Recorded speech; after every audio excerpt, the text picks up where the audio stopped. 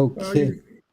you don't need to keep worrying about me. All right. Yeah, I'll take a look at it later if it persists. Yeah, that'll be good. Yeah. Hey, welcome. This is the San Carlos Computer Club. I am Scott Stimson, International Computer Solutions. I've got Fred and Dad here, and I'm expecting other people to jump in at any moment. And we are just we're just debugging problems with Dad's camera. And I'm not sure whether I should just go on or wait and see who else jumps in right at this moment. Maybe I'll just go down our document a little bit just to get us warmed up. This is the document of possible topics. I make it each week. I send it out. I sent it out yesterday. I haven't made any changes to it. It's reminding people that we are going to have in-person meetings starting in October when I get back to San Carlos. Or we'll continue to do the virtual meeting while we're in the in-person meeting.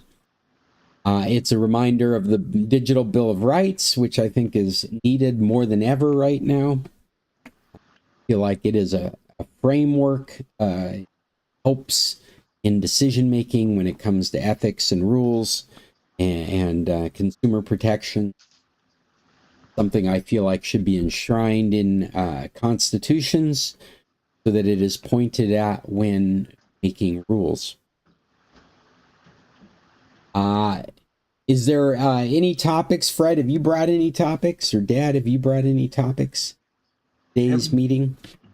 Have you been following AI and these mega Are you thinking about these hacks, these AI? No, the buildings themselves that they're moving into places that are not very happy about it. You're talking about the data centers? Oh, here comes Jim. Welcome, Jim. We just got started. Bless you. Fred, you were asking about data centers, is that correct? Yeah. Have you been following data centers at all? Well, to some extent, it is a little disappointing to see that there are some communities that aren't. That it doesn't feel like they're doing a good job of vetting the projects that are being allowed. But it feels like it's ripe for having some kind of communal protections in place. I mean, this is what I would recommend. What I recommend as far as data centers is that you put together the restraints in a list before you even start conducting negotiations with these large companies. Well, yeah, I've firmly fallen on the belief that data centers are inevitable. It doesn't make any sense to think that they won't happen, so fighting against them doesn't make a whole lot of sense.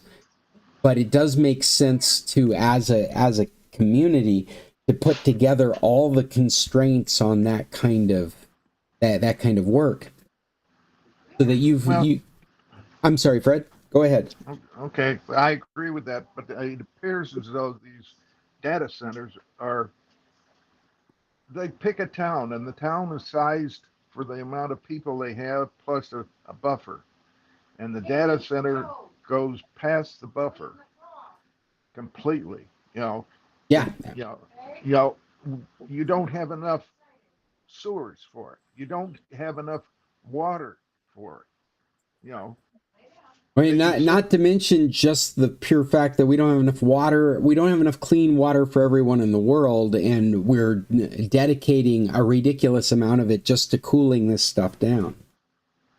Yeah, why can't they sit there and build them, for example, close to Lake Michigan or Lake like Mead. I've said, I think that Alaska is ripe for this kind of work. I think that they've got the climate and the water and the space, but I don't think that it should be entertained until you have the regulations that fit in with the environment that we're here in now.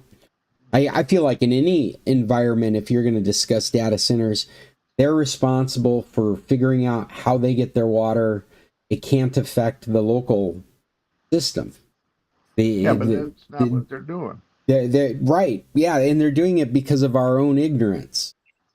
They're Yeah. taking advantage of the fact that we have not organized enough intelligence to put them in a position to basically basically, you think about it as globalization, right? I mean, we set our constraints on how you can do business in this area.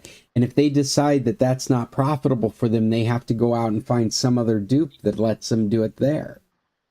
But at least they're not doing it in our local community. My goal would be to educate all communities and say, no, we're not going to let this happen unless you provide these guarantees. So that there's a standard way that I think that all communities should be discussing with data centers that include like protection of all the resources that are in that area. But also, I'm a strong believer that they should be cutting checks. That discussion shouldn't start with anything except this is how much money you're going to get monthly. Yeah, well, another thing is with all that heat, why don't they do desalinization? You know, Right. Or sit there and put a wind farm in. Although our establishment is buying off $1.8 billion to a couple companies that have a Well, you know what's interesting that's happening right now, and I just watching a YouTube video about it where they were going into how Meta has really been the example of how to spin up these data centers very quickly, and I had really never paid much attention. Pardon me. But Meta has set the model for just pure compute power, just to have it available for what the activity is. And they've done it to a point that would make you really nervous because they've done it outside of what you would hope would have some kind of regulations. They're the ones that have they've created a model where they bring in gas generators to power computers. Right, like they figured out how to set propane generators next to racks because their data center was pulling so much electricity the grid couldn't provide it. So what they valued was the expansion of compute at quick levels, so you could scale just incredibly fast. And that was physical decisions in the real world of it, like infrastructure just coming together very quickly without a thought of where the backup is going to be or how stable this was going to be. It was just get one more computer online.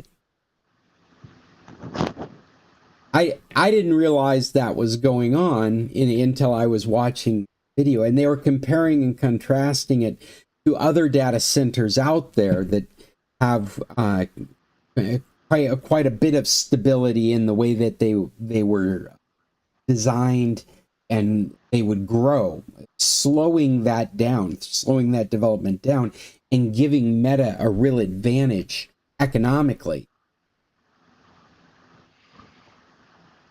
Well, they could sit there and use renewable energy, be it solar or wind, even though the administration is against wind. And they seem to be against solar, too. Well, it seems like given the environment they might want to come into. Oh, and just on a side, another point they made in this video is that because Arizona has so much land, that's the reason that they keep looking at putting data centers in Arizona.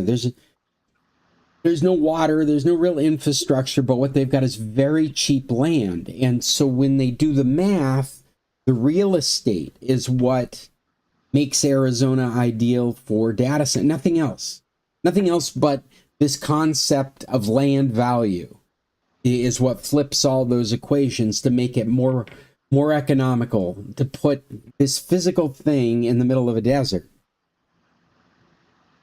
is because real estate is so cheap.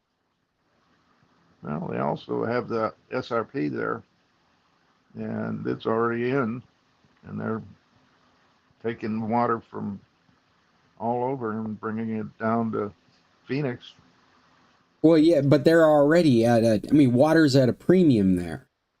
Yeah. And they need water. It doesn't make any sense to be building something that needs water in the desert. The only thing that makes sense is the bottom line. Because we can common sense it. It doesn't make sense to build something that needs water in the desert.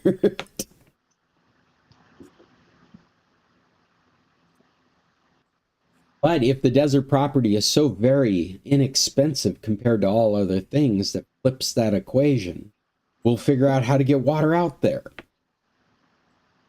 If you look at the real estate in southern New Mexico, they can't, water's so far down that they can't get it economically. But the real estate itself is cheap, real cheap. Yeah. Well, that's the reason locally we have to have our set of rules. We have to set a principle for what we expect from that kind of development in our area.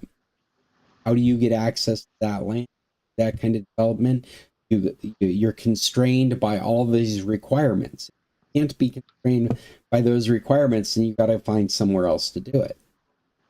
But the problem is, I don't see data centers going away. I think you're beating your head against the wall trying to fight data centers, because they make a really good argument for being state-of-the-art technology. They have shown the AI models that are out there have shown what kind of value they can bring. To try and slow down their development is to lose an edge in the market. It's just I don't see the need for data centers to slow down at all. I see it completely accelerate. And right now they're running roughshod over communities that don't understand what they're getting involved with. I think that's the reason that wind power got such a bad rap, is because people didn't really get to play much of a role in it. Well, the other part of that is they put up a wind power just off of Trump's golf course in Scotland, and that's what started it. He took them to court 2 times on that. Yeah. He lost both times. Now he sits there and, he's got projects that are almost finished, and he drops them, the money for it, so they can't finish it. Well, I think you probably also heard me talk about how I feel China could just declare AI a public good. Kind of like the same way they started building hospitals during COVID, they could just crank on a funnel of resources and just outclass us completely, because they're not worried about making a profit. They have decided that their whole community benefits from the advancement of these technologies. There isn't any, they're at such sheer numbers, there is no competition going on. It just washes over the capitalistic model in this. It's very obvious with AI that the more resources you can throw at it, the quicker the development of it will happen. It feels like a space race, kind of. And that includes a lot more compute that they can do the math on. They can figure out how much more advanced they would be from now to there if they had a certain amount of power available to them. And you listen to these people, these CEOs from AI, and they talk about what their future business is transforming electricity into intelligence. Yeah, I think living in that kind of world, we're not seeing data centers go away. We're seeing we're on the frontier for mapping out how we deal with data center explosion that's about to happen. But I don't see why they can't generate their own power. We've got plenty of reusable technologies out there. I don't understand why they're cranking them on with natural gas, but it is happening. I heard another story about a brand new data center that's coming online, and they've just decided to use natural gas to run it. I don't remember where it was, but I remember thinking, well, they've got plenty of sunlight. Why aren't they taking advantage of solar? But I think that a community that is in those kinds of positions where they can take advantage of solar or global thermal or wind, then a community could say you're only allowed to come in unless you're able to own electricity without affecting our market, without changing our prices or the infrastructure that we have in place. I think your local community could set those kinds of requirements with data center. And again, I think that it's because it's physical land and it's neighboring communities, they need to come in the money maker for the community. It's not a job maker. It's not going to create a lot of jobs, but all that intelligence has a value. You know, the companies that want to make it available know how much value it is and the percentage that the community should pay doing that. And we should look at it as universal income as we're watching jobs disappear to this form of intelligence. Yeah, I don't mean to sound so radical. For some reason, all that's in my mind right now as you ask about data centers.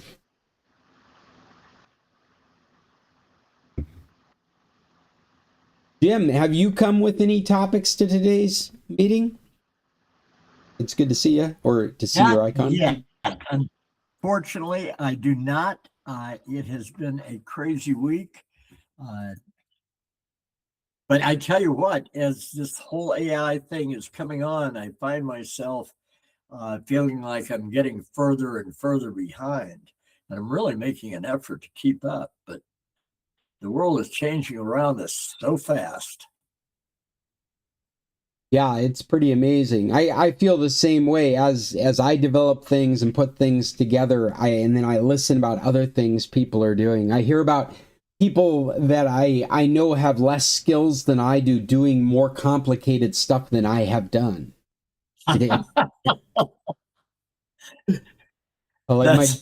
My God, am I in the wrong track here? Am I paying attention to the wrong thing? Really? And that happens week by week. It's like, this week, am I supposed to be looking at this now? It is so true. Well, I'm still trying to figure out how I can get AI to review both my. Okay, here is a question. My primary calendar on my phone is the Apple Calendar. I can get Gemini to read a Google Calendar, but I have not yet figured out how to sync my Apple and my Google Calendar so that when I enter something on the Apple Calendar, it will automatically go over to the Google Calendar. Any thoughts there? Well, yeah. The only obvious one, and it's the one I've used for years, is I only use the Google Calendar. The Apple Calendar I don't even invoke. And so when I'm on my Macintosh, my phone, even on my Windows computers, I'm always syncing with Google as my calendar. And so it's kind of an end run around what you're trying to do Exactly. instead of relying on the iCloud Apple provided calendar. I just don't use it at all. I just use the Google Calendar, which synchronizes with the Apple Calendar software. Right? So when it does? Oh, it does. Yeah, it does. When you set, because it has support for calendar providers. And so you just give up on using the iCloud calendar provider. But in your phone, you can have a local calendar, and you can choose to sync that with iCloud. You can also choose not to do that at all. And you can use your Apple Calendar with your Google Calendar as Google being your calendar provider. So it's constantly synchronizing the Apple Calendar software with the Google Calendar, but there's no information being stored in the Apple system, if that makes sense. It's a vague difference, but technically it's a really big difference. For you as the consumer of a calendar, there is very little difference, and it's the reason I do it this way. When I go to my calendar, whether I go to the Apple software or I happen to pull up the Google Calendar, it's showing me the same information. So even on your phone, you're automatically entering into the Google Calendar instead of the Apple Calendar. On the iPhone, you can only choose one calendar to be your default. And so I have Google set, I have my Google Calendar, the one I actually, yeah, what do I have? I have my family calendar on Google set as my default calendar entry. So whenever I ask Siri to make an appointment for me, it uses Google. I'm actually, now that I say that, it uses Siri to do the Apple Calendar. And because I don't use the local storage and I don't use iCloud to sync it, I only use the Google Calendar, then it creates a calendar entry that syncs to Google. And in my Apple phone's calendar settings for Google, my family calendar is set as the default calendar, so it syncs with that calendar. Now, I can't, at that moment when I'm putting in an entry, whether I'm doing it by voice or I'm typing it out, I can't choose the calendar. But later I can go back and choose the calendar if I want to. I meant for it to be in a different calendar. Okay, so for somebody running one calendar, it's not an issue. I just happen to have like 4 or 5 calendars. Yeah, I've got a bunch of different calendars too. Birthdays, Yeah. My calendar, my to-do list is much different from Linda's. She likes a very clean calendar with virtually nothing. So I have separate calendars for me generally, and then for me today. But I do use my calendar as the important to-do list as well. But how would I go about making this shift from? Yeah, I don't, I mean, I can give you a generalization, but I feel uncomfortable just off the cuff because it is, what you have right now is some data that you probably wouldn't want to lose. And what we're talking about is changing where you're putting that data. So whatever you have most recently would need to move over to your Google Calendar. But it isn't that complicated to do. The in your iPhone settings, in fact, let me give very specific information. And there lists the accounts that your calendar has access. And wait a minute. Under apps.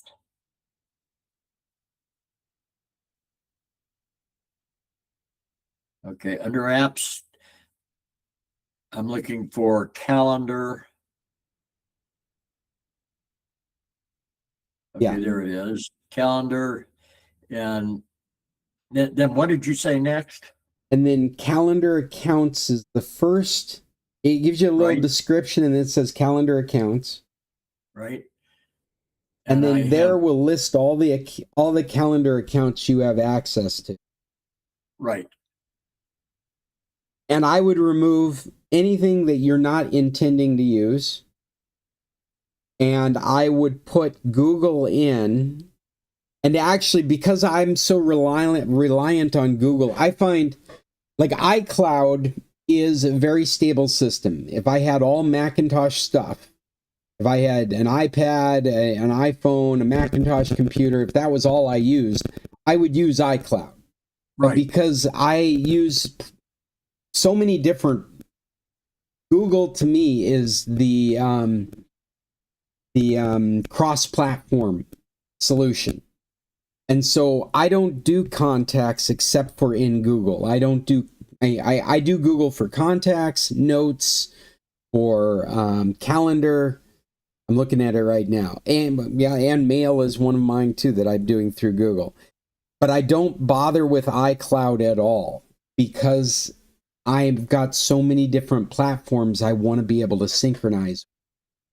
right, Now, Apple, to combat that, Apple recognizing that you have that, they have built Windows versions of their software so you can bring your passwords over to Windows, bring your mail over to Windows, bring your bookmarks and your calendars and things of that nature. And I've never felt like it was as good. I've always felt like Google is, for me, is the best to be a cross-platform. As well as Apple does not have those plugins except for web browsers when it comes to Linux. So if you find yourself in a Linux world, there isn't a good compatible version of it. right. So Google's Okay. been my catch-all for years. I will start to play with that and see if I can't figure out. And if I'm having problems, if it's okay with you, I'll just give you a call. Oh, sure, yeah. At that point, I'm willing. You hit the meter, Jane. Sure, no, I'd be happy to help with it. I think it's more like just babysitting what happens to make sure that you don't lose anything that's important, and really deciding whether something's important or not. Whether it's actually something you want to worry about, or just wiping it and starting again is fine. Yeah. All right. Well, let's see how that goes. Thank you. Yeah, no problem. And that's a great topic too. I'd be interesting to get deeper into it, get it kind of nailed down exactly what's going Yeah, on. a template of how to go about doing that. Alt. I'm just putting a note in here. Calendar.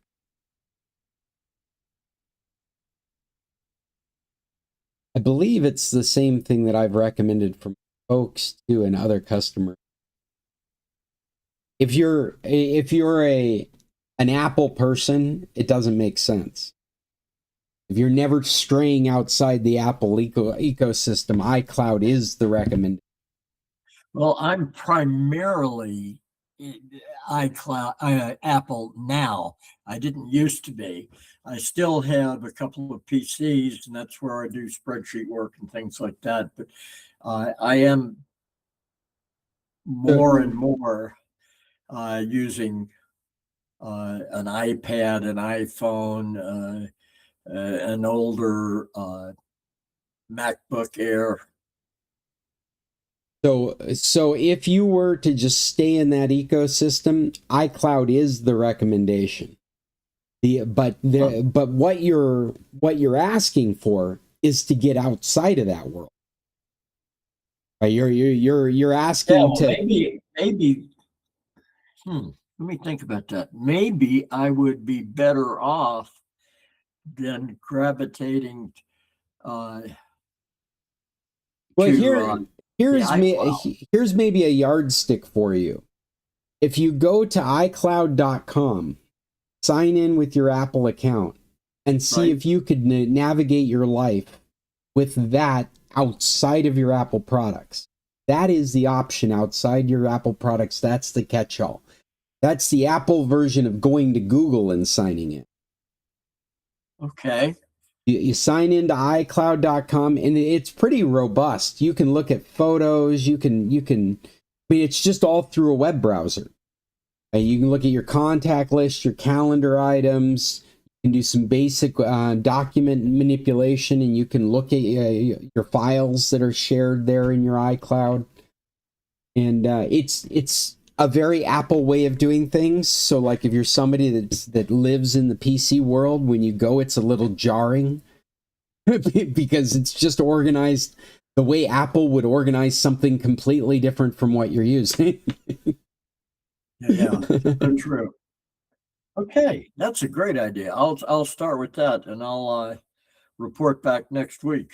Cool. Yeah, that would be interesting to hear too. I hope you bring us back some interesting information.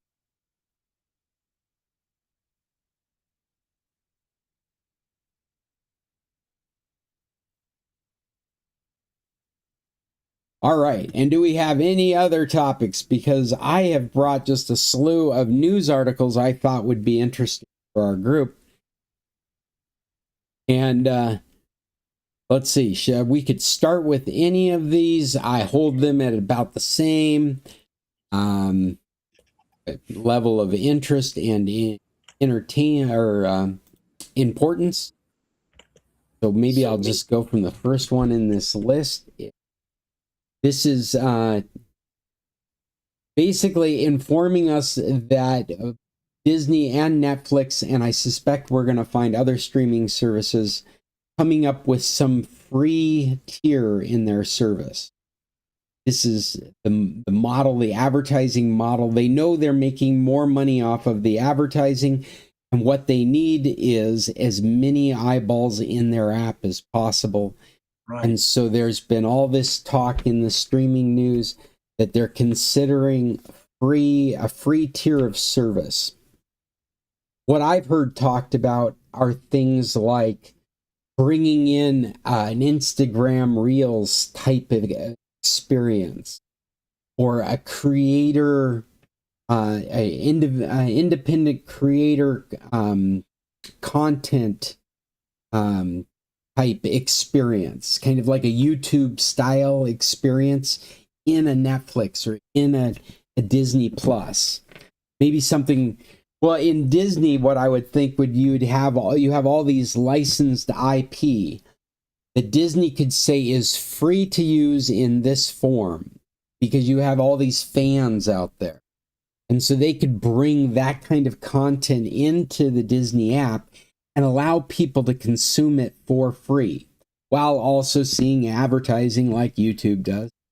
And that kind of marketing would stimulate interest in what they might have in their subscription service.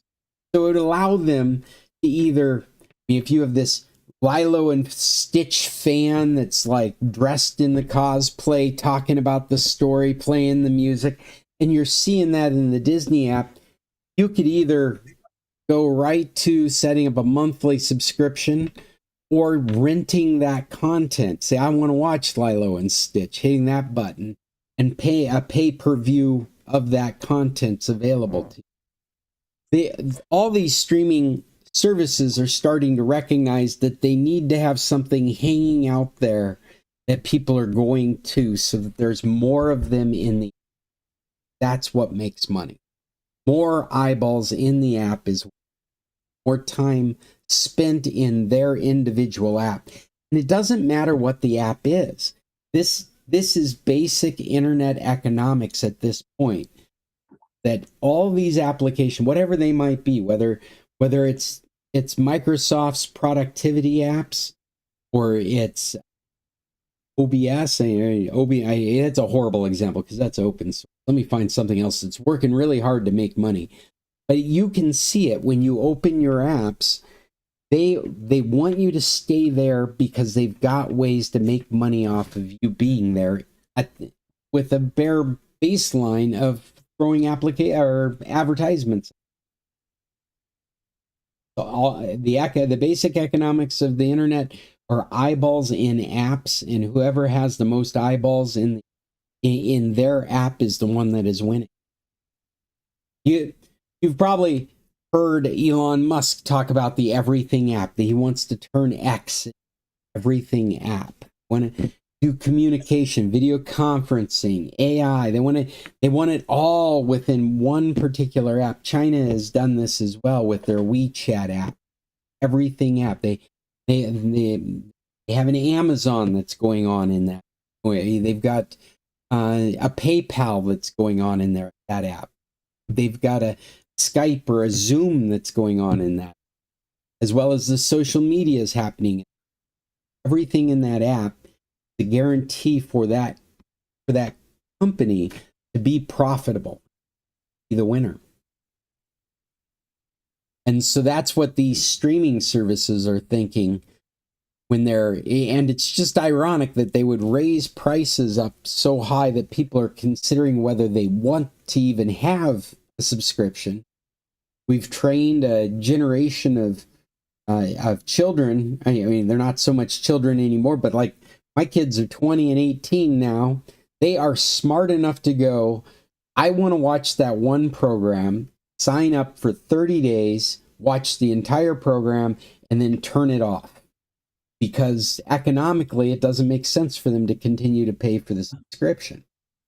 We've trained them to be that smart, which is wonderful. Because when micropayments started coming to exist, I was scared to death that we were training a generation of people not to pay attention to how they would be nickeled and dimed out of their wealth. And instead, we've done just the opposite. We've made them hyper vigilant. So I'm very happy that that's what's happened. These survivor skills have arose out of nothing. That is pretty funny. Well, so and that is these are enticements to bring you into the app so that you'll spend money, and it's happening across all these different. So that's what this article is about. And a little bit of ribbing because they've jacked up the prices so that people are considering not using them. So they're kind of disparaging some of these services for even having to look at a free tier to get more subscribers because they're losing subscribers because they've made things so expensive. It's an interesting. It is.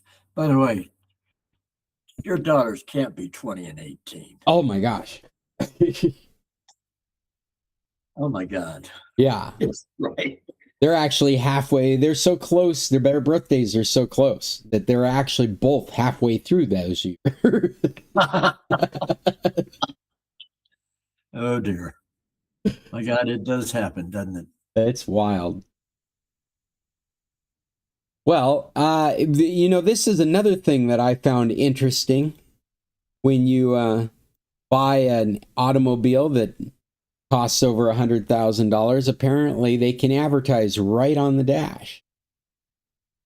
This to promote the Spider-Man movie and some relationship that they have that Sony has with BMW.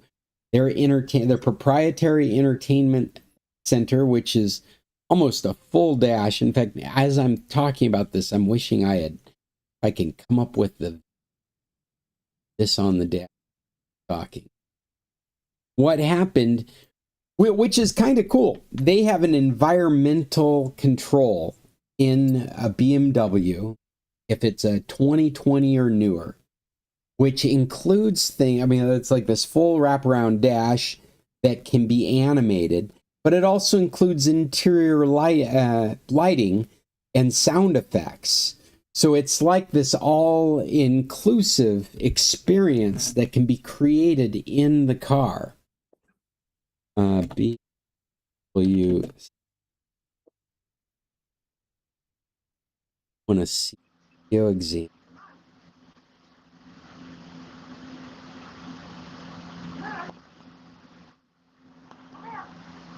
That's just what I want to see. There's a BMW though, as I'm integration in going Spider-Man down the Brand New Day. street, They've just put an ad. listen to a big crash.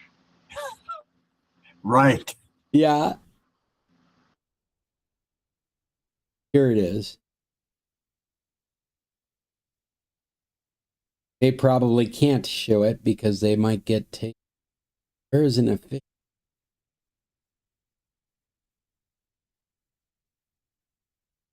Office is not the word I meant. My fingers weren't listening to me.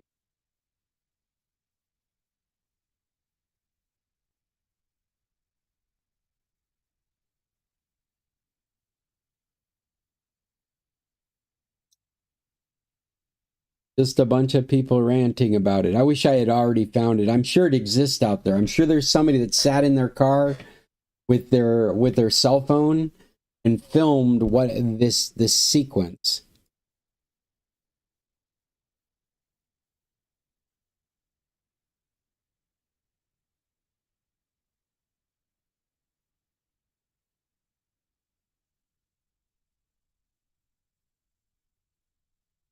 And this is something that the media has picked up on. You might get like a, promoting.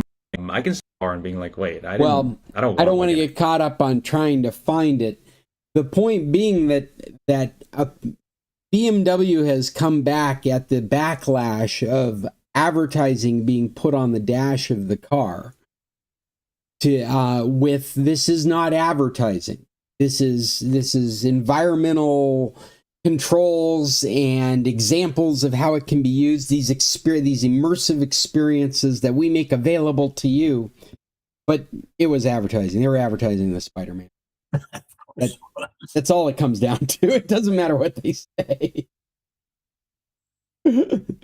and it's crazy. I think about our little car we got from Hyundai that was like the only car you could buy anymore for $14,000, and you can't buy that car for that price anymore. And it came with an entertainment center that was so very adequate. It supported CarPlay, it supported Android Auto. It had every button that a person would need and no extras. And there's no way for it to advertise to me. And then you compare that to a BMW, where you've literally paid over $100,000 for this vehicle easily. And the entertainment center is the highest quality you could possibly imagine. And you go to start up your car and you're facing a Spider-Man ad because the movie's coming out this week. I love it. I might be the one that's winning in that situation. I think so. Well, I would bet that BMW is going to have to come up with a very obvious off-on switch for the system. They're going to have to face the reality of, after they have an off and on switch, the only way that people are going to know they want to take advantage of it is for it to pop up on your screen as an option. So they're going to have to decide how they're going to organize things like that. And I can't help but imagine that in the future, their system will have a button of current experiences, and it's just a queue of really cool advertising. Maybe even AI generated advertising. Almost certainly. Right? To push that thought even a step farther, like 10 more minutes into the future, maybe none of that advertising exists until they've set out a prompt for AI generation. My next question is it safe? Well, that's a good question, and they do mention that in the article, that nothing about that experience can happen outside of a parked position. So if you were to just start up, jump in, and start driving, there is an announcement that it exists, but it doesn't start playing until you're prompted. Now, it wasn't clear to me after reading the article whether if you were just sitting there with the car on, if it would just start. But what is clear is that if you're driving, it won't just start. Yeah, I don't think you can even start it up. It's prompted. There's a button or something that you can see, but you can't actually start that whole immersion experience unless you're in a parked position. I think they just got out in front of their skis a bit, because really what they want to do is they want to promote this exceptional experience that you can have when you're not paying attention to driving. That's, in my mind, that's what you're really doing. Is it's like when we do have self-driving cars, look at what an amazing thing we have for you to play with in the car. Yeah. I wonder if such technology has been planned with the hope that self-driving would already be here by the time it's hitting the vehicle. And that just hasn't happened. That they're left with a framework and a hardware software development system that they've been installing in cars, assuming that less responsibility will be given to the driver in the future, allowing them to need something distracted with, something to enjoy. I don't know. They said that this has come out with a software update as well and affects models all the way back to 2020. So it's really hard to say exactly. What is obvious is they're marketing Spider-Man to people that paid a lot for their vehicles. Outside of my speculation, that's what's happening.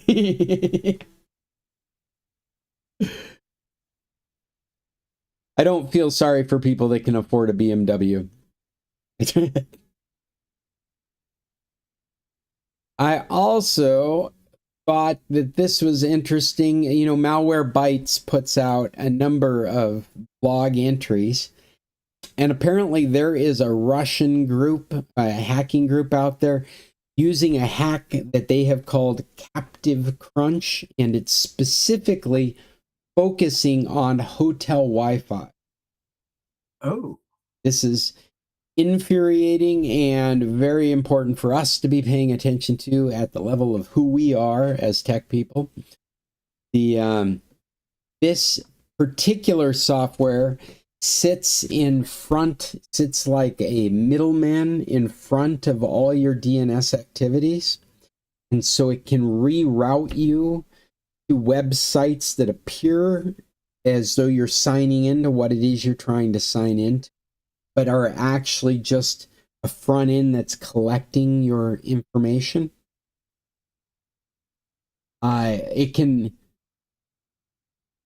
what they're saying here, and I hadn't heard of this before, but they're saying that outside of stealing login credentials, it also will show up as a malware fixer. And I think Microsoft actually gives you a list here in the article of things to look for, because this is something that's happening. Well, let me start by how it happens. You see the hotel Wi-Fi, it prompts you with a sign-in page, and you give it whatever it is that it's asking for. Now you're connected to the network. Now, after you're connected to the network, there's a series of things that may happen afterwards, and Microsoft has put a list of fake dialogues that you might see from your computer that you may not take, you may just take for granted because you're familiar with that kind of stuff happening when you've gotten connected. It's actually one of the fallacies with all the updates, the automatic updates, is you have been lulled into the submission of automatic updates. If something popped up and said, hey, this needs to be updated, you might just say yes because you're so used to updating stuff whenever you get connected to the internet. And that's really what this is taking advantage of. There's a bogus Windows Update window that will pop up saying working on updates, don't turn off your computer. Right. There's a bogus Windows Defender security virus scan will pop up and say that it's scanning for viruses. There's a C++ distribution window, which if you've ever loaded software that's not from Microsoft but built with Microsoft tools, this may pop up. You may have been involved where you've seen this stuff before and just think, oh, it's time to update that piece of software. Microsoft Visual C++ redistribution installer or redistribution is as common as Java used to be. If you remember back in the day installing a piece of software and it says, oh, you need the latest version of Java installed. That's how this Visual C++ stuff is. And so you've become accustomed to it in software. Disk optimization, network diagnostics fix tool, a browser update prompt, PDF viewer installer. These are all things that could pop up right after you've gotten connected to Wi-Fi. These things can stay persistent, or they can just collect on the fly. No, I'm sorry, that's the same thing. They stay persistent, or they can collect right when you were connected, and then they do nothing else. So there is no indicator after you've been connected. That information that it asked for was collected. So it could be asking for things like your phone number. It could be asking for things like your email address, some of which is very legitimate ways to get you on a Wi-Fi in a hotel or in an airport. There is a list here of things to help you stay safe. This is that general list of things that help keep you safe. In this case, though, what they've added is use your own hotspot. Stop using hotel Wi-Fi, which I have to say is the general purpose security tip from all experts, is don't rely on third-party Wi-Fi. It's hard to do. It's just hard to do because it's a economic decision. And if you're running on a budget, and I'm talking in generalities, I mean, metaphorically, if you're running on a budget, you're looking for the cheapest connection that'll keep you connected to the world as you can find, and hotels end up being one of those cheap connections. So 2 minutes. Oh, thank you, Fred. In the next 2 minutes, I can basically say if you're forced to use public Wi-Fi, it's probably cheaper to have your own VPN. And though VPN's privacy is in question nowadays because it's as monitored by governments and corporations as by hackers, it does give you the ability to bypass, because you're encrypted, bypass that local threat. That's what this would be. This would be a local threat. And by setting up an encrypted tunnel, they wouldn't be able to get any of that information from you. And then it goes into those basic things that we ask you to always look for in terms of security. Look for security certificates that look normal. Look for registrations of email that look suspicious. Make sure this is going to crash in just a minute. Okay, let me open up the next window. Yeah. I just love hearing myself talk, and I don't like to interrupt myself. Let's start this. Ready for people to... Okay.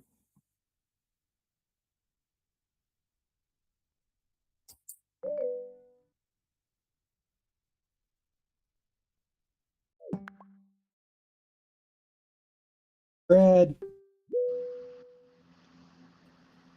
Dad can make it over here.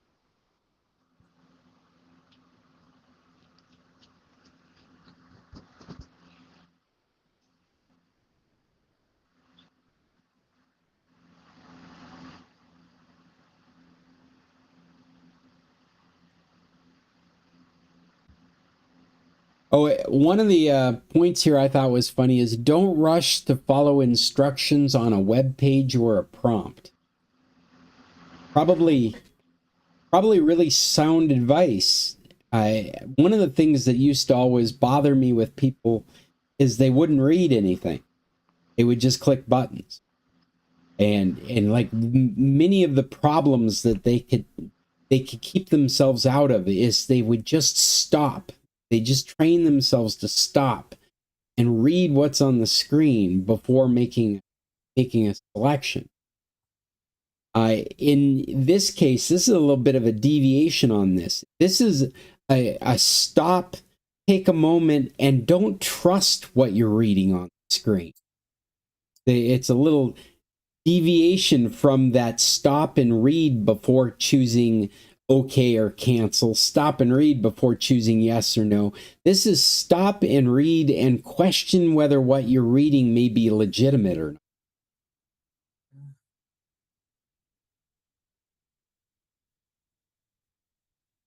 And of course, make sure that all your devices are up to date as they possibly can be. All updates since Mythos, the AI from not OpenAI, but the one everybody ran to after Sam Altman compromised all their values. Anthropic, their marketing is that they are the ethical AI marketing. After their AI Mythos proved to be so very powerful at taking advantage of security holes, both finding them and fixing them. Since that moment in time, which was very recent, and we're talking just months ago, advice is to update and update quickly. No longer. Yeah, Fred, you've got your hand up. Wait, what would you like to add?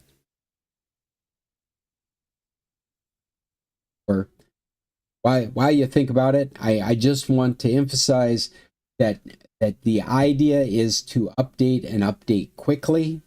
When an update is available to you, there is not a reason to sit on it any longer. The reasoning behind that is that the ability to be compromised is so much easier than your ability to fix yourself if an update breaks your device. It's unfortunate because I always want people to stay out of trouble, and that's why I've always recommended staying behind the curve with the updates. But we're not looking at updates that are bringing features that don't work or that may break your device. We're talking about holes being patched very quickly that are being found and compromising people very quickly. And we've gone from, I'm not worried about your device breaking. I'm worried about your credit cards being stolen out of your device. I'm worried about your ID being stolen because this is happening so very quickly. Other side of this. Yeah. Fred, I see you're not muted any longer. What did you want to add? Well, everybody except for you is like underwater. And Jim comes in partially every once in a while, but all the rest of it, since we moved over to this new address, I can't read what you just put up on the screen.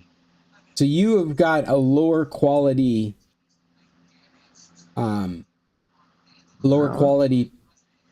presentation right now. Well, you are in focus. I am in focus. Everything else on the screen is not. And you guys look great.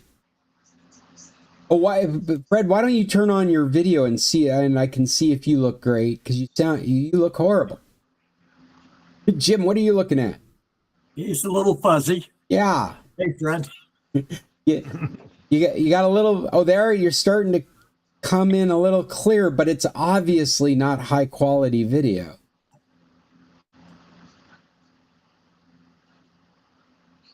On my settings, I can set video and force my sending resolution to high definition 720p. If I had to guess, I would think, Fred, that you are coming in at 360p, or maybe even lower than that. And if that's the case, then that might be talking about the quality of your connection right now. Like Jim looks great and clear to me. And I just forced myself to push out the highest quality. So I'm wondering if maybe you're not receiving the highest quality. I don't know. Until we moved over to this new one, everything was peachy. What you might do is go into your settings and force your receiving to be high quality. full, you can receive at 1080. So now I'm telling it to just go all the way up to 820 on what I'm receiving. Okay, now Jim is in another window off on the side.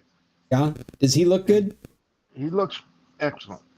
Okay. But the window that you are on, Mhm. which is Jim is all, well, he just disappeared. He's Yeah, well, all talking. I've just What? made myself full center just to see if that helps to describe what's going on. Well, you look good. Well, thank you. You do too. I mean, a little fuzzy, but Like your new shirt. thank you. Anyway, but I can't read it now. Right here, let me. There you are. Debateful Dead. Yeah. The Okay. spawn till you die joke. You ever seen that one with the salmon on it and a big skull and it says spawn till you die?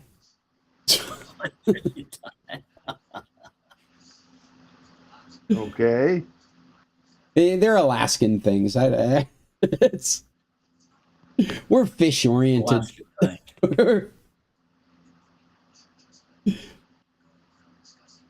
Well, I've got the two of you and I've lost my father, and that is fine. I hope my mom's doing okay today. Had some up and down moments in the last couple of days. What else do I have? You guys will find interesting. I have a new favorite congresswoman in Mexico. Never even knew who she was until this, but apparently she showed up in Congress with a game controller proclaiming to be a gamer. And I didn't even know this was going on, but apparently they put forth a bill, this is in Mexico, to assign a tax to violent video games. Very similar to a tax that they put on tobacco or alcohol. I mean, that was kind of the mentality behind it. And so she went on the floor to make a plead against it. Iris Reyes, 34-year-old congresswoman from Nuevo León. Phoebe's in the background here doing her special TikTok dance.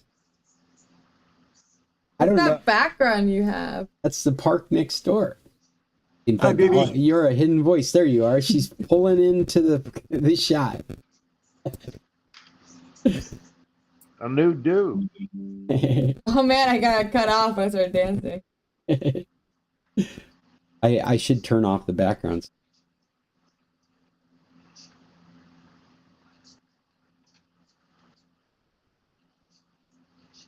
I did.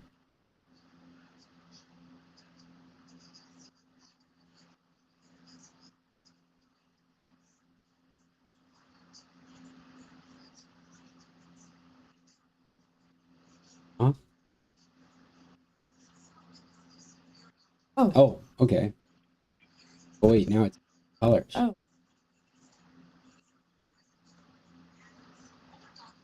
I don't know what to say. All I want to do is turn it off. Oh, maybe. There we go. I just learned something new on the Macintosh. There's my daughter doing her TikTok dance.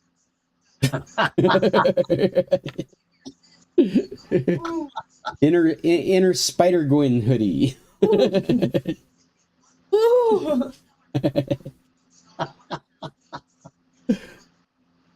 I've got an interesting life here in Alaska. I've got both the girls with me. Yuya's had to go back to Mexico. Her job requires her to go back. So I got both of them for the first time for the extended amount of time. Yes, I love you too. And BB's working at the visitor center, putting to use her trilingual abilities. She's actually she's helping hundreds of tourists daily. And she gets called in emergencies to speak French and Spanish with people all day. Pretty cool. And then her big sister is my partner in the bed and breakfast. So she's been running around cleaning rooms and organizing workers. It's been a real interesting summer. I doubt she's awake. All right. Well, she doesn't have to clean any rooms this morning, so I'm sure she's a... No, don't do that. Leave her alone. She deserves to have the breaks when she gets them. She is not a morning person. She changes her entire lifestyle to do this job in the summer.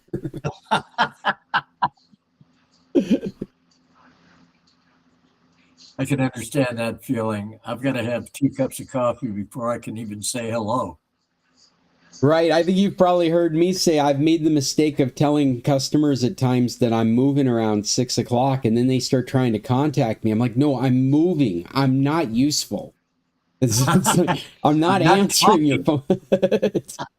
That's my time. Fred, your image looks a lot better now. Are we looking? Well, now I don't know. Are we coming in any clearer?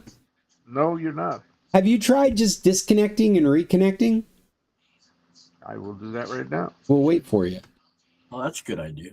Yeah, I didn't even turn it off and turn it on. So, BB, were you aware of this congresswoman in Mexico that went to the floor and with her game controller to fight the tax they were trying to bring in?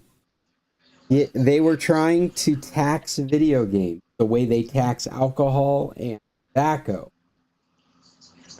Specifically violent video games that are violent, as though they have no value in our society. So if you're going to take part in that, then you should contribute more to society. And so she went to the floor. She's 34 years old. She's a gamer. She's a congresswoman for Nuevo León. She went and argued against this bill and got it brought down so that it didn't become a law. Well, that's it. Is that any better, Fred? Jim is perfect. Wow, and it's me, huh? Well, it's you in a sub window is fine. The rest of the window is all. That's wild. Because that's wild because it's all the same video feed. It's like by the time it hits our meat, it's all the same thing. So it's funny that it would be a different quality on one than the other. But so what you're saying is like I look okay up here in the corner. I look okay right here. Yes. But you look fine. But this web page you can't read very well. Not very clear. I can read that, but when you put the conglomerate on there, I can't read anything. But you're still fine. But I'm fine. And if you look over in your window of Jim, he looks fine. But my window of Jim does not look fine. It looks blurry. Correct. That's weird. I don't know what to say. I don't know how to fix that. I don't know what's going on there, Fred. I wish I did. Because on my end, what I do is I take the meat and I superimpose my stuff on top of the meat, and then I send it out the meat channel. And so by the time it hits the meat, it should just be one video source. So it's strange that there would be better quality on one side of what you're seeing on the other. And Jim, are you agreeing? Are you seeing the same thing? Yeah, for instance, my layout right now, I've got you clear up in the upper right-hand corner. I've got me clear in a separate window, lower right-hand corner, but the rest of your screen is totally faded out. I can see my hands moving in a screen right adjacent to you, but it's completely fuzzy. And Fred's the same way, just fuzzy. I don't know why this would help, but why don't I disconnect and reconnect? Okay. I'll be right back.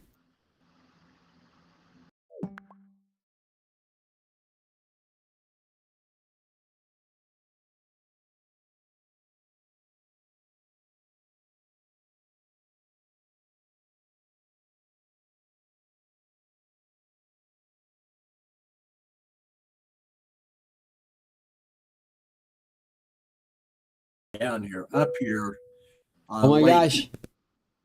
I see it. Well, I see it.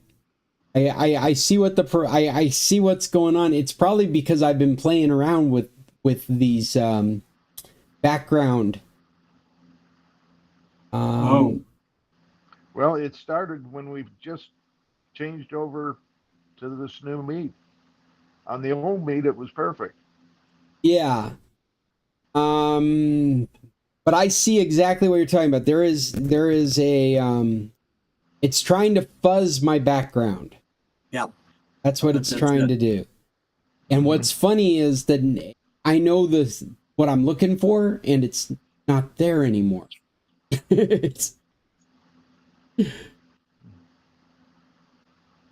in Colorado, Jim. That is really funny. Longmont, right outside of Boulder.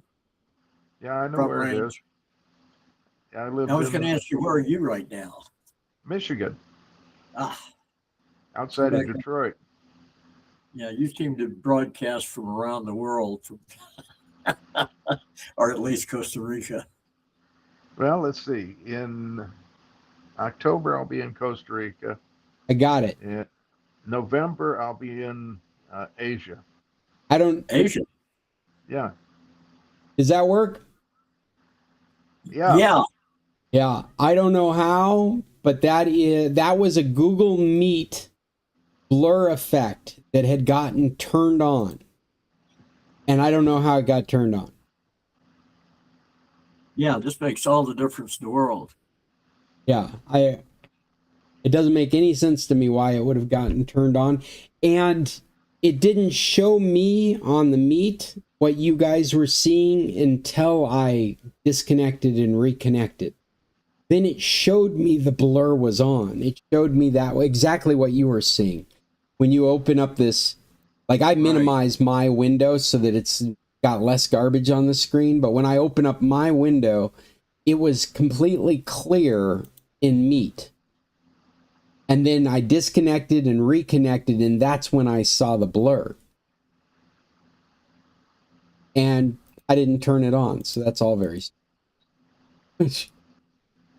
But what that means is we have solved a technical problem today, so we can just check that off. Go back to where you were just a second ago. What do you mean? This article I was talking about? No. You were showing you on the. Oh yeah. Hold on, I'll do it. Yeah, because I always minimize my video. Okay, I'm looking at that, and all the printing on it is backwards.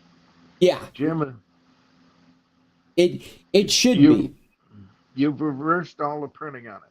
Well, no, what we're looking at is, this is really crazy, but what I'm looking at, you're seeing what I'm looking at.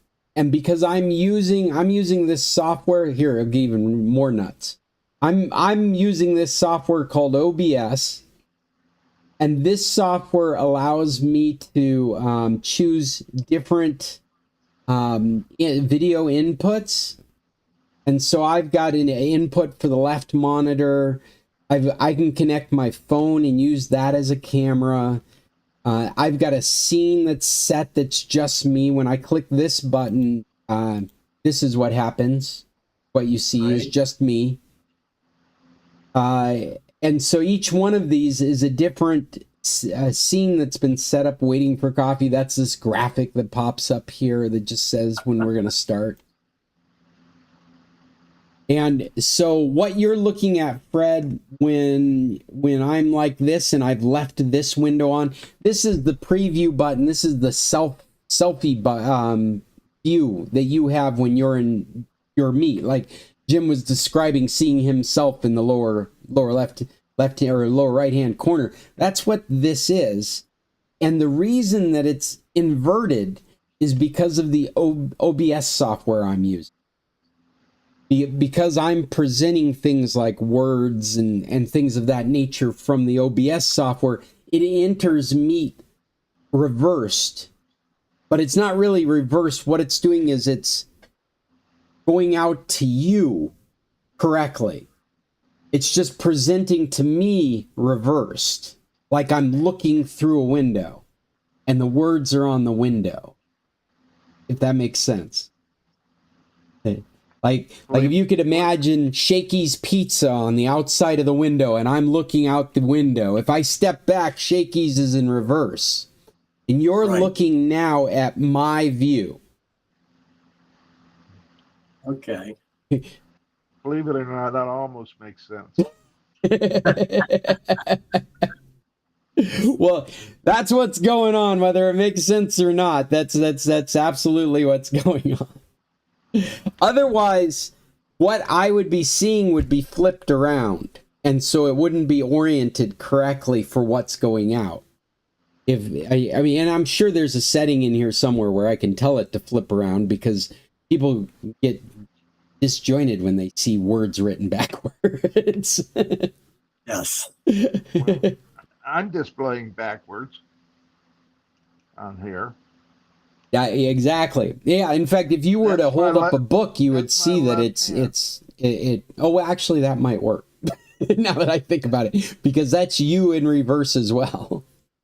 Yeah, that's my left hand, Yeah. wherever it is.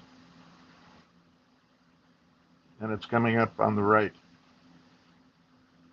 Yeah.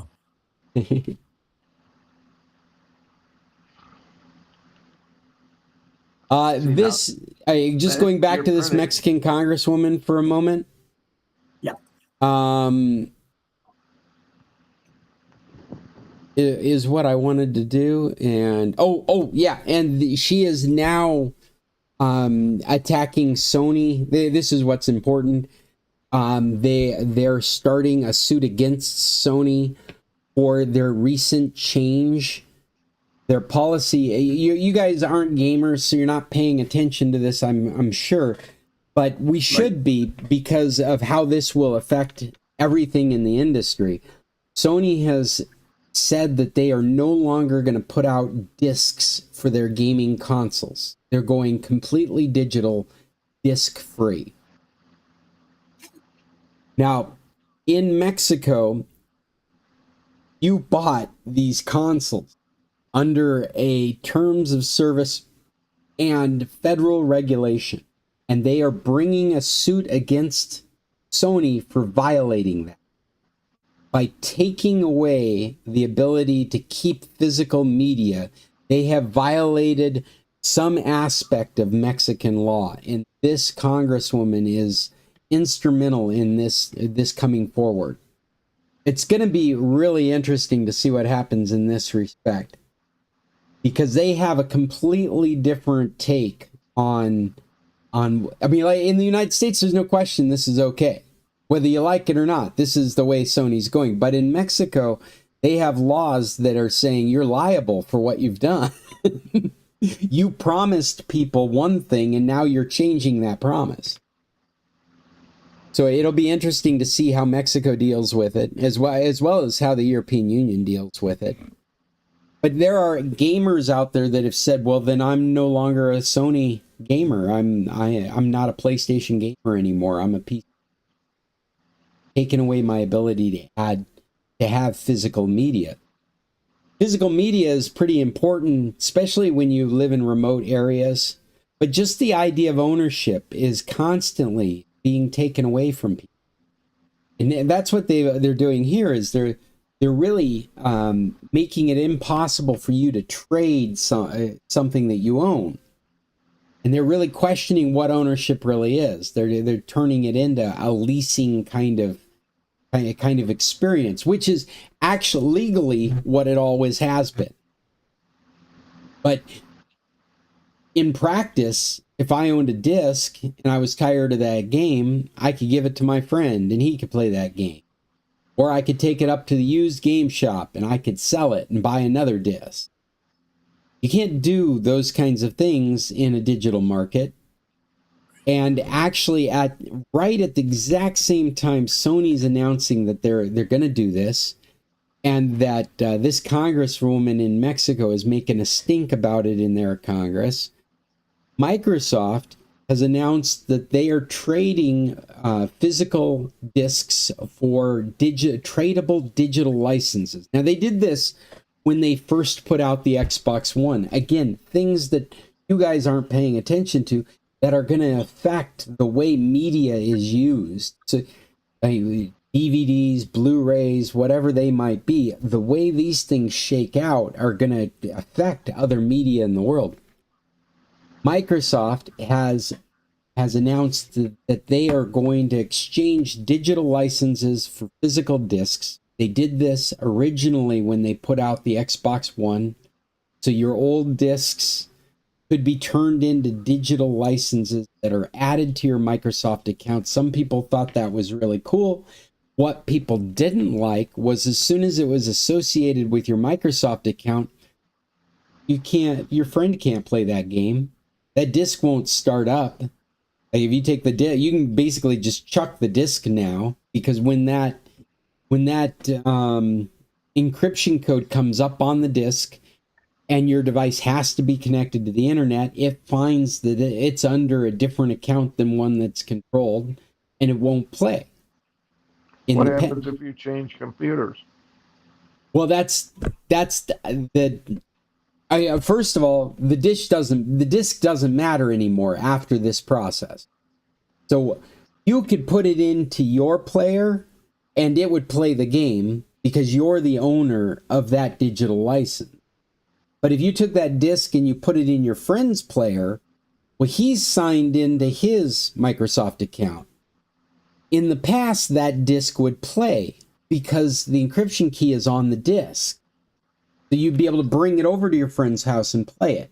Now that you've exchanged it for a digital license, if you try and play that disc on your friend's player that has to be connected to the internet to work, it sees that that license is associated with a different Microsoft account and won't play.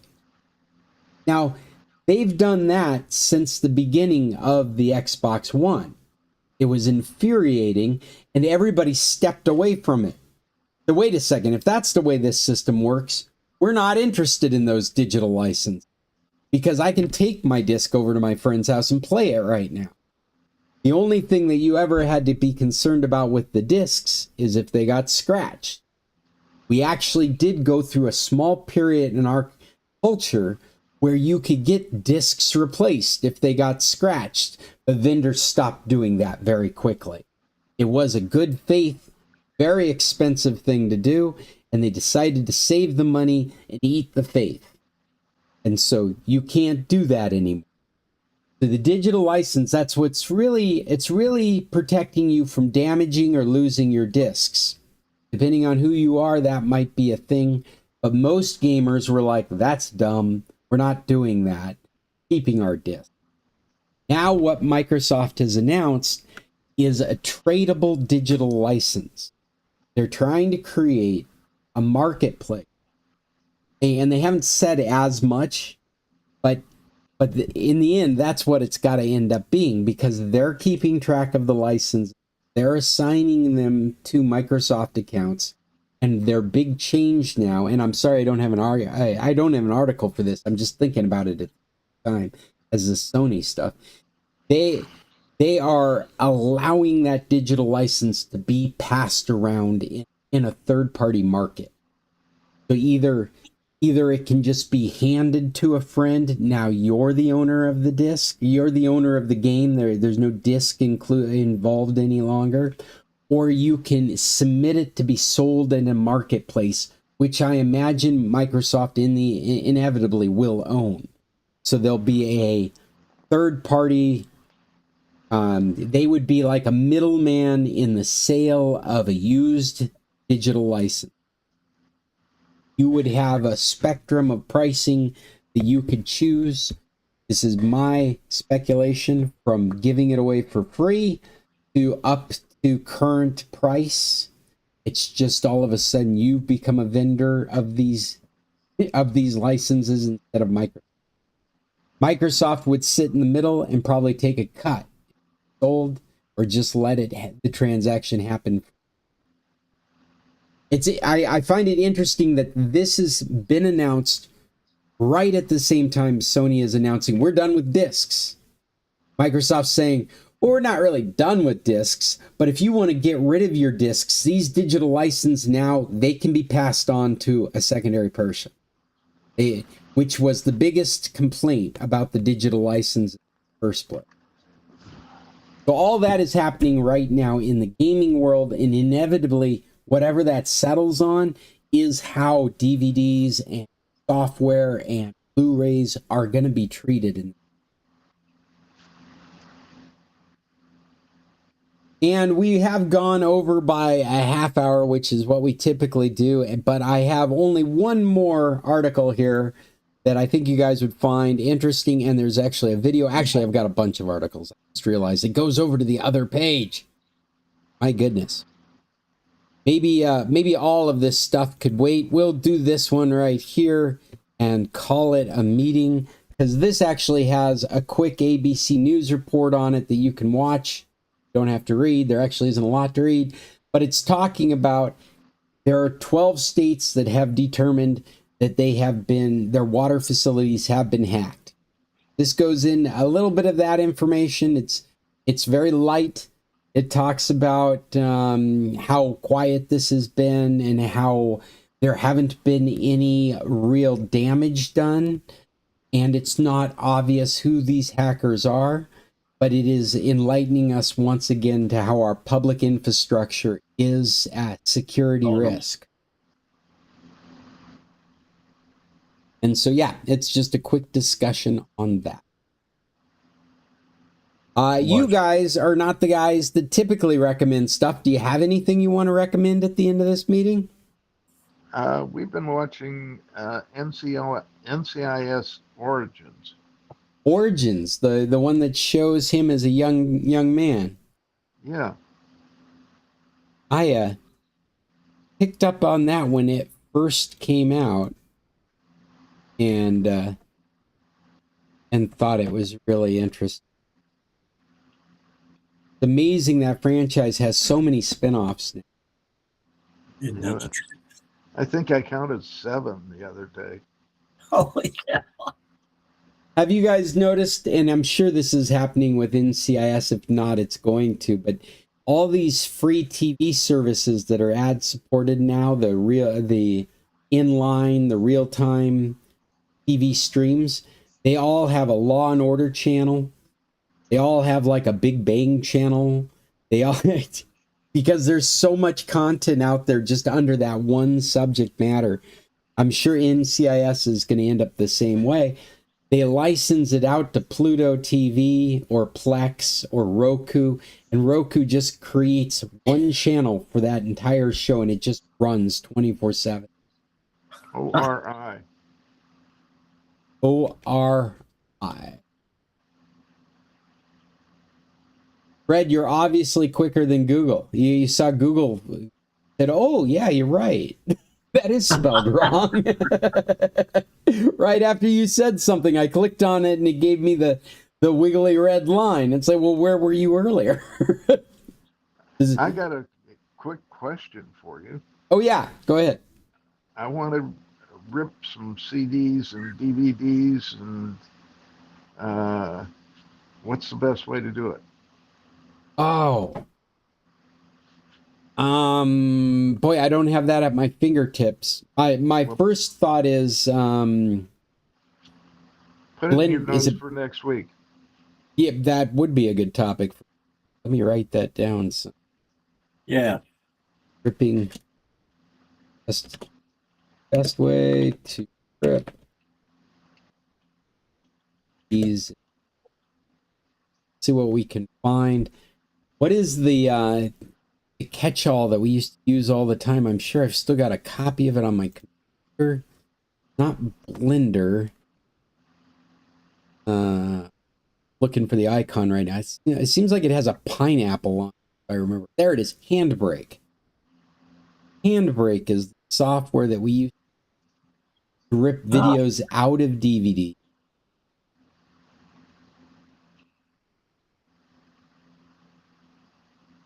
Turn them into file. I think this, what I'm looking at here, propagates information when I slide a disc in.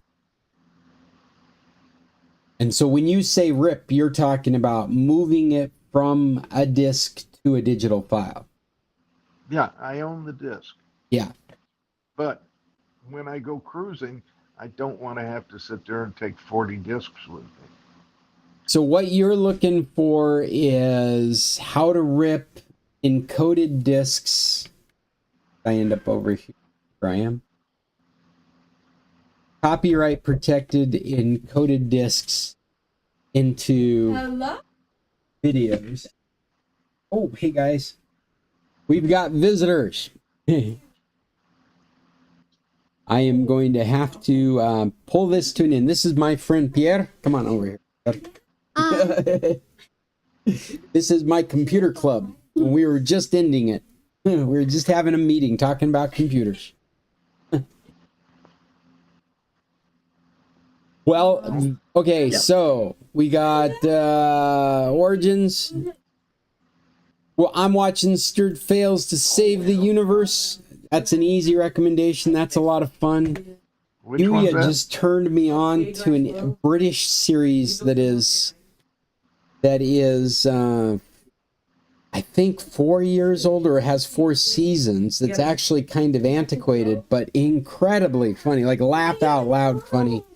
Miranda is the name of it. I'm not, There's also, hey, you guys, can we sit down a little bit till I'm done here? there's also Death in Paradise. I'm sorry, Fred, what was that? Death in Paradise. Say one more time. Death in Paradise. Oh, Death in Paradise. What is that? Miranda. I don't know if you've watched it or not, but it's very funny. No.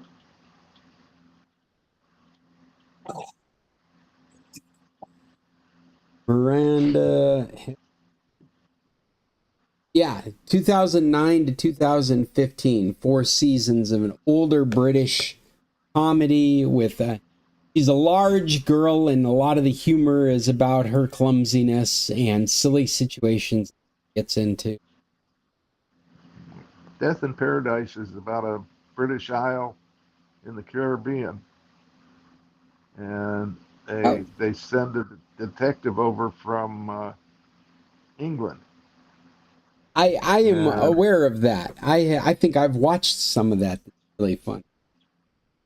Well, over the years, one of the main characters now is a lizard. Is a lizard. Yeah. That's funny. I have to check it out. They've changed a lot of characters, but the lizard is. They give him a place to stay, and the lizard lives in that place. And the main character discusses things with the lizard. And the lizard opines back? A what? And the lizard responds back?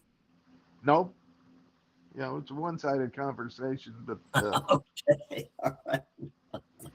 it's like you talk to the dog, and the dog sits there and doesn't say a word, but then you go, "Oh, you're right.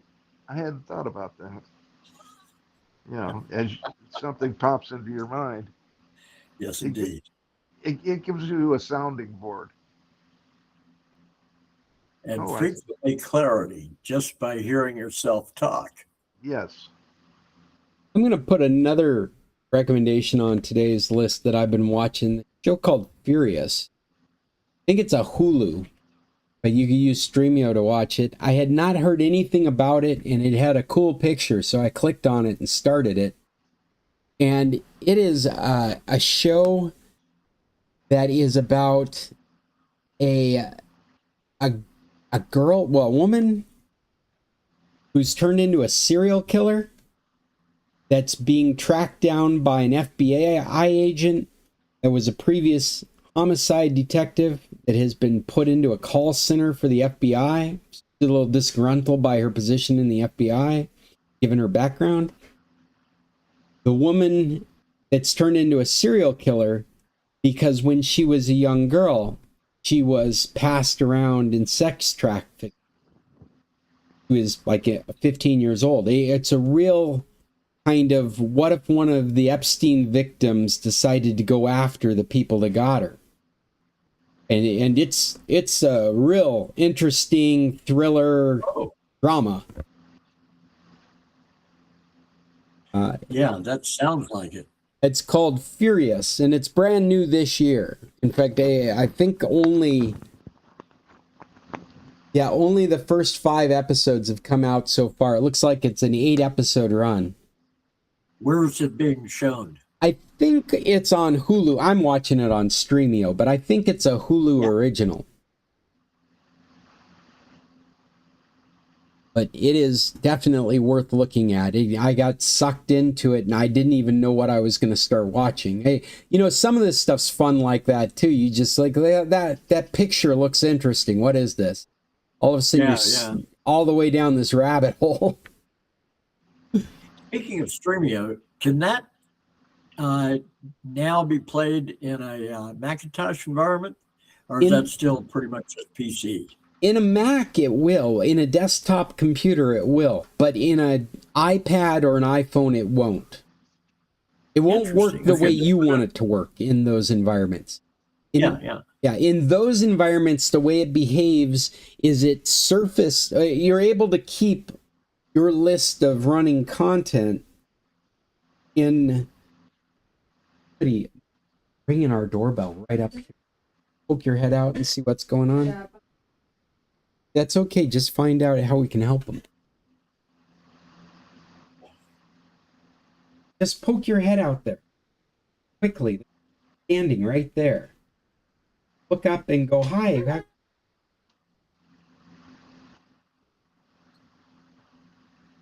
This is not the one that works for the bed and breakfast.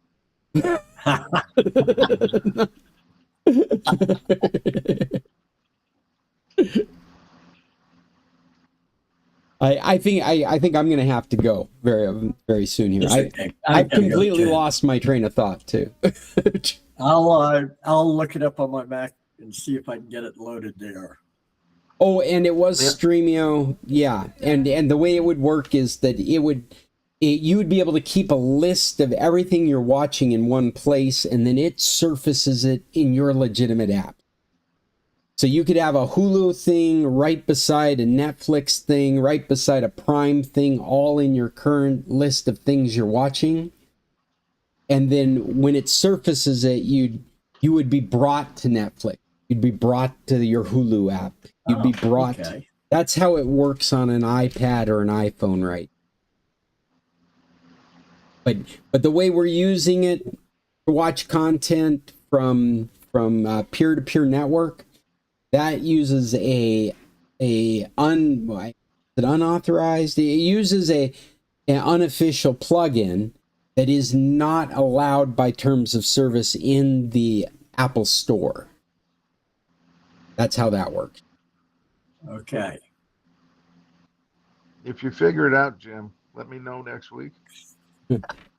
I'll give it a shot. Okay. Okay, man. I should go. BB's doing her best job helping a customer with absolutely no information. Yeah. I've got to get out of here too. All right. Thanks, guys. Oh, thank you guys for being here. We'll talk next week. Tech on. Till then. Take care. Have a good week. Take care. All right. That was it. That was our meeting for this week. That was the San Carlos Computer Club. We meet every Tuesday. UTC -7. That's Arizona Sonoran time. We do not recognize daylight savings. That time never changes, but it does for you if you're not in that time. Wonder if that's why we only. It's all for posterity. We love everybody that wants to be here with us. Liked what we did, you might be interested. scclub.org website. It's just links to the videos, so you can check out our YouTube channel as well. And I am a remote IT consultant, so if you have issues in your personal computers or in your business computers, there's a good chance I could reach in and help you solve them. Get a hold of me, Scott at Internet. Thank you for being here. Until next Tuesday, tech on.